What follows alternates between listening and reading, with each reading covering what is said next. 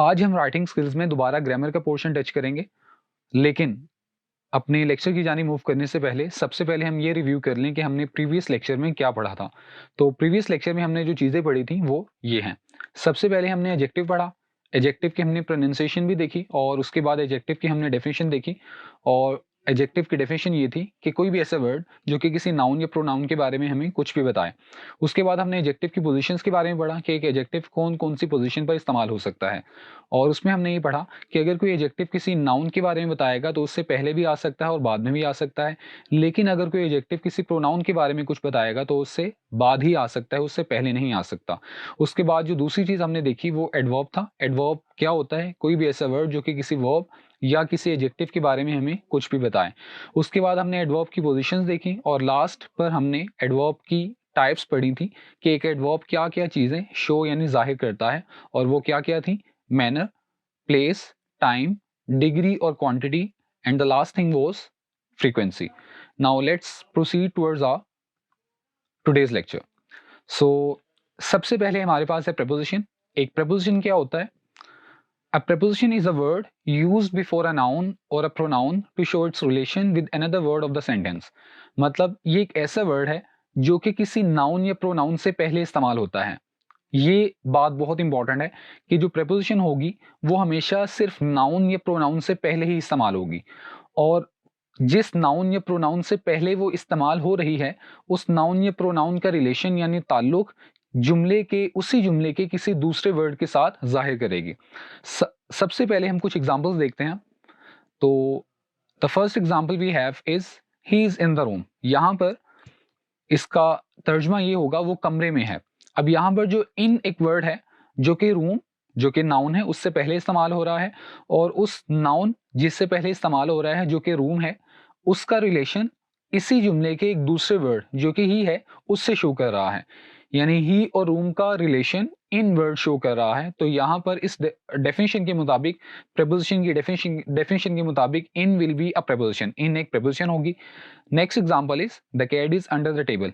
यहाँ पर जो अंडर वर्ड है वो एक नाउन यानी टेबल से पहले इस्तेमाल हो रहा है, और उस टेबल का रिलेशन ताल्लुक उसी जुमले के एक और वर्ड कैट के साथ जाहिर कर रहा है। तो according to the previous definition ये भी एक प्रेपोजिशन होगी। और लास्ट एग्जाम्पल हमारे पास है I am sitting beside him. Beside एक ऐसा वर्ड है जो कि एक प्रोनाउन से पहले आ रहा है, हिम, और उस हिम का रिलेशन आई के साथ शो कर रहा है। तो बिसाइड भी एक प्रेपोजिशन होगी। उसके बाद कुछ ऐसी प्रपोजिशंस हैं जो कि बहुत ज़्यादा इस्तेमाल होती हैं, बहुत ज़्यादा कॉमन है, और वो ये हैं। इन मतलब में, अंदर, उसके बाद एट, पर, उसके बाद ऑन, नेक्स्ट इज विद, साथ, देन फॉर के लिए, उसके बाद टू की तरफ डायरेक्शंस वगैरह के लिए इस्तेमाल होता है, उसके बाद ऑफ, और लास्ट है फ्रॉम। तो ये वो प्रपोजिशंस हैं जो कि बहुत ज़्यादा इस्तेमाल होती हैं। Next thing is conjunction. अब जो वर्ड कंजंक्शन है वो वर्ड निकला है कंजंक्ट से, और कंजंक्ट का मतलब होता है जॉइन, मिलाना। तो यहीं से हम इसकी डेफिनेशन निकाल सकते हैं। A word use to join two words और सेंटेंसेस। यानी कंजंक्शन एक ऐसा वर्ड है, एक ऐसा लफ्ज है जो कि दो अल्फाज या जुमलों को मिलाने के लिए इस्तेमाल होता है। अब ये बात इंपॉर्टेंट है कि अगर कंजंक्शन एक वर्ड को मिला रहा है तो जिससे मिलाएगा वो भी एक वर्ड होगा, और दूसरी बात, अगर कंजंक्शन एक जुमले को मिला रहा है तो जिसके साथ मिलाएगा वो भी एक जुमला होगा। यानी सिंपल वर्ड्स में एक कंजंक्शन दो सेम चीजों को आपस में मिलाता है। एक वर्ड को एक सेंटेंस के साथ नहीं मिला सकता, बल्कि एक वर्ड को एक वर्ड के साथ ही मिलाएगा और एक सेंटेंस को एक सेंटेंस के साथ ही मिलाएगा। कुछ एग्जांपल्स ये हैं। ही एंड आई आर फ्रेंड्स। यहाँ पर एंड दो वर्ड्स ही और आई को आपस में कनेक्ट कर रहा है, मिला रहा है। ही एंड आई आर फ्रेंड्स, वो और मैं दोस्त हैं। तो ये पहली एग्जांपल थी इस चीज की कि एक कंजंक्शन कैसे वर्ड्स को आपस में कनेक्ट करता है। Next example is he played and she walked. वो खेला और वो चली, उसने वॉक की। तो यहाँ पर जो एंड है वो दो सेंटेंसेस को आपस में मैच कर रहा है। ही प्लेड एक सेंटेंस है, शी वॉक्ड एक सेंटेंस है। तो यहाँ पर जो कंजंक्शन है वो दो सेंटेंसेस को आपस में मिला रहा है, कनेक्ट कर रहा है, ज्वाइन कर रहा है।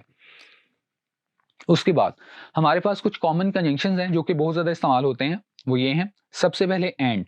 अब एंड का इस्तेमाल ये है कि एंड उन सेंटेंसेस को मिलाने के लिए इस्तेमाल होता है जो कि सेम होते हैं, यानी एक पॉजिटिव जुमले को पॉजिटिव जुमले के साथ, एक नेगेटिव जुमले को नेगेटिव जुमले के साथ। एग्जाम्पल्स हम आगे चलकर देखेंगे। नेक्स्ट कंजंक्शन है बट ऑपोजिट जुमलों को मिलाने के लिए इस्तेमाल होता है, यानी अगर एक पॉजिटिव है तो दूसरा नेगेटिव होगा, या सेंसेस यानी मीनिंग्स दो सेंटेंसेस के ऑपोजिट्स हैं तो उनको कनेक्ट करने के लिए हम बट का इस्तेमाल कर सकते हैं। Next conjunction is because reason यानी वजह बताने के लिए इस्तेमाल होता है। उसके बाद रिजल्ट किसी चीज़ का नतीजा दिखाने के लिए इस्तेमाल होता है। नेक्स्ट कंजंक्शन इज फॉर भी बिकॉज की तरह रीजन बताने के लिए इस्तेमाल होता है। उसके बाद as is also used to show reason. Next conjunction है बिफोर का मतलब पहले होता है तो मीनिंग से ही जाहिर है कि टाइम के लिए इस्तेमाल होगा। उसके बाद आफ्टर का मतलब बाद में, ये भी टाइम के लिए इस्तेमाल होगा। और इफ का मतलब होता है अगर, तो ये कंडीशन के लिए इस्तेमाल होता है। और लास्ट कंजंक्शन है व्हेन भी टाइम के लिए इस्तेमाल होता है, यानी जब। अब इनकी एग्जांपल्स हैं। सबसे पहले नाइट्स पास्ट एंड डेज केम, रातें गुजरी और दिन आते गए। तो यहाँ पर दोनों नाइट्स पास्ट एंड डेज केम दोनों पॉजिटिव सेंटेंसेस है, सिंपल जुमले हैं, तो सेम सेंटेंस को मिलाने के लिए हम एंड इस्तेमाल करते हैं, जैसे कि आपको पहले बता दिया गया है। Next sentences, we won but they lost, हम जीत गए वो हार गए। तो दोनों ऑपोजिट हैं, जीतना और हारना, तो ऑपोजिट सेंटेंसेस को मिलाने के लिए हम बट इस्तेमाल करते हैं। Next example is I left because I was tired, मैं चला गया, रीजन क्या थी, क्योंकि मैं थका हुआ था। तो यहां पर बिकॉज रीजन के लिए इस्तेमाल हो रहा है। Next sentences, he was tired so he left, वो थका हुआ था इसलिए वो चला गया।